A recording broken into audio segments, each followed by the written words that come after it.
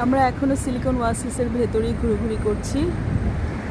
আসলে আমরা খুবই ক্ষুধার্ত, তো একটা ইন্স্যুরেন্স অফিসে কারণ যে যে এসেছে, এখন আমরা খাবো, কারণ এখন লাঞ্চ টাইম, প্রায় 2:30 পৌনে 3টা বাজে। তো আমরা খাওয়া দাওয়া শেষ করে আবার আরেকটা ইন্স্যুরেন্স অফিসে যাবে। দুইটা ইন্স্যুরেন্স অফিস, এরা আসলে অনেক দিন ধরে আমাদের অনেকগুলো টাকা আটকে রেখেছে, আমাদেরকে টাকা দিচ্ছে না, সেই জন্য আমরা এসেছি এখানে। এখন আমরা এই যে আফগান রেস্টুরেন্টে যাব।